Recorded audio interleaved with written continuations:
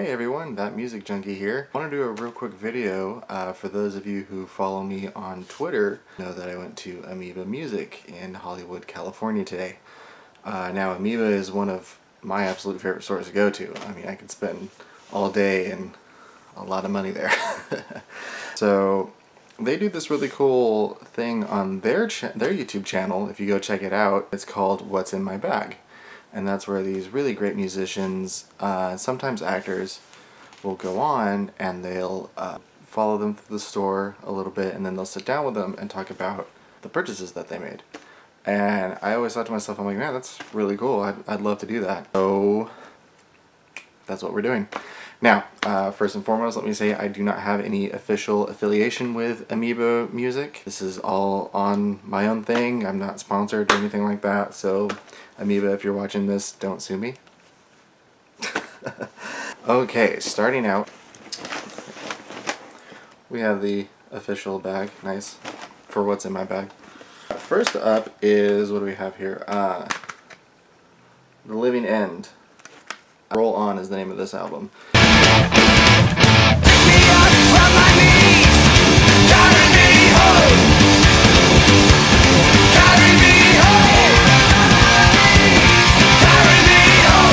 don't know if you ever heard The Living End. They're just really fun. It's a really fun band to listen to. If I'm not mistaken, on this album, Carry Me Home, track number 5, is actually on one of the Guitar Hero games. Guitar Hero 3, I believe?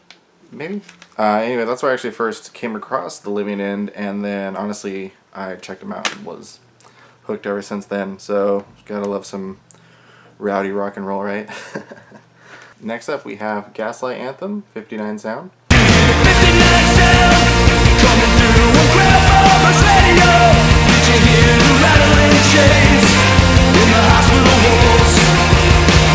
A couple years ago, I actually did an article called 20 albums that you should have in your library, and this one made that list. I love Gaslight Anthem. They're amazing. All of their albums are really good, but this is the one that actually got me hooked on them. The 59 Sound. In fact, Bruce Springsteen actually performed a cover of the title track, which, I mean, hey, if you have The Boss covering one of your songs, you're doing something right? Let's see, next up we have White Stripes, Get Behind Me, Satan.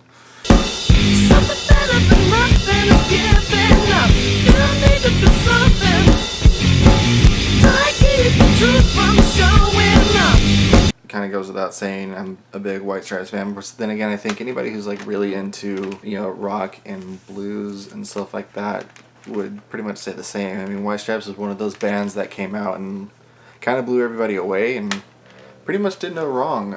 Really sad I actually never got the opportunity to see them in concert before they split up.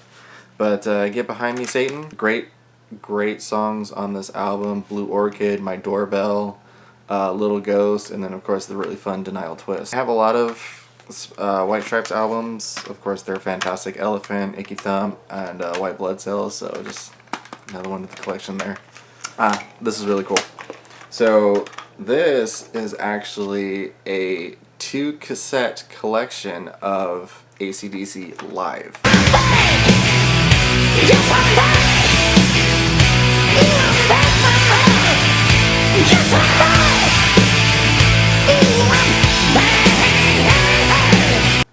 And the funny thing is, I actually don't own any AC/DC CDs, but I do have a vinyl, so I'm getting there.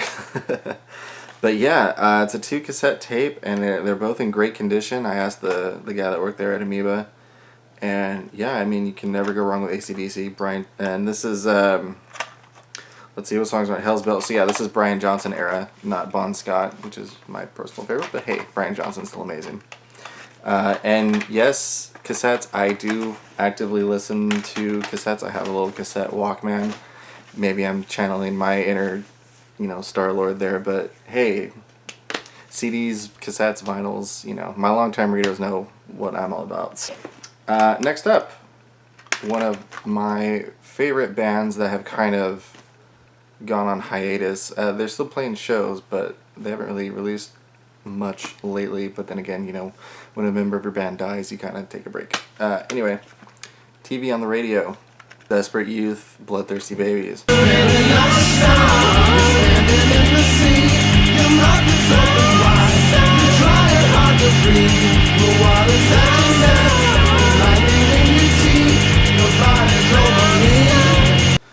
I actually have Return to Cookie Mountain, which is their first like official huge mainstream release, but this one came right before that.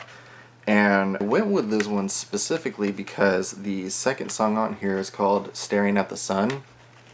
And that was the first time I'd actually ever heard TV on the radio. It was my introduction, and I was just like immediately hooked on them. So been on the hunt for this one for a while, and I'm really glad to add it to my collection. This one I picked up right here. I was actually really excited about this little sticker right up there. It says original issue. It is Smashing Pumpkins' Pisces Iscariot.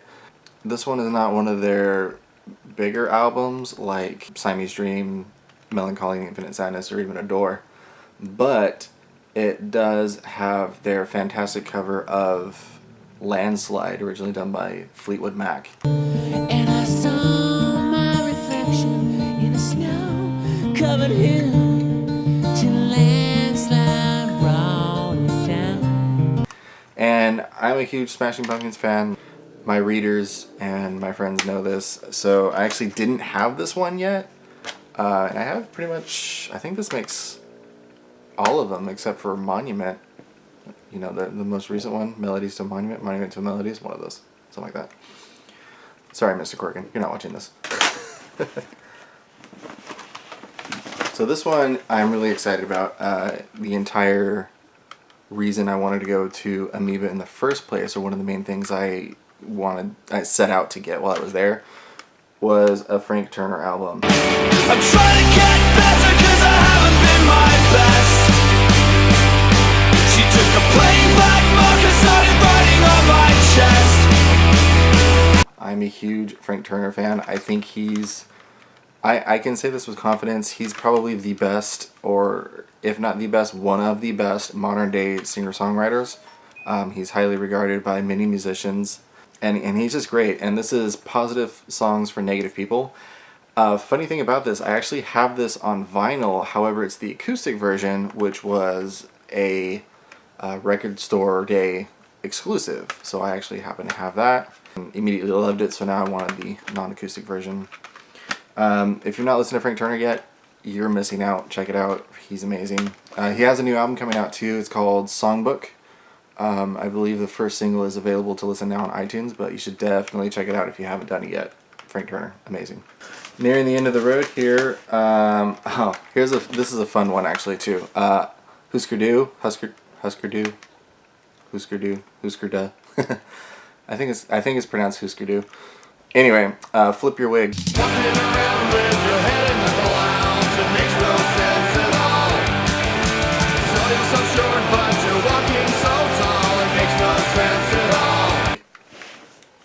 Husker Du was fronted by the amazing Bob Mould.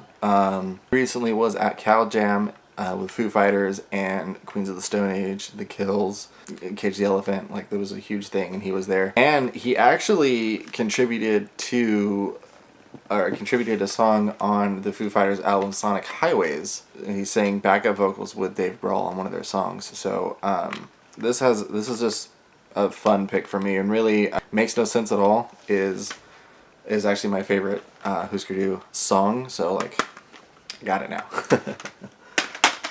This one, Other Lives. I don't know if you can really see it too well. That's actually not glare, that's just the way the album is printed. But the band is Other Lives, and the album is called Tamer Animals. I don't know if you've ever heard of Other Lives. They're pretty indie as far as, you know, indie goes. Several years ago, I think like right when this album came out, which was, I want to say 2011, they released on iTunes the free single of the week when they used to do that before they launched Apple Music. And the single was 412. Oh, I was in the dark age, searching for the ones in my mind. And I remember listening to it and being like, what is this and why don't I have it in my life? It's really cool. It's kind of low-key, much like that, you know, you can kind of gather from the album there. Not a whole lot visually, but musically it's fantastic. I mean, the band actually consists of like 5 people too, so yeah, Other Lives, Tamer Animals, check it out. Like I said, check out the song 412, the number 12. Last but certainly not least, another thing I was actually really excited to pick up is a self-titled Sleater-Kinney album.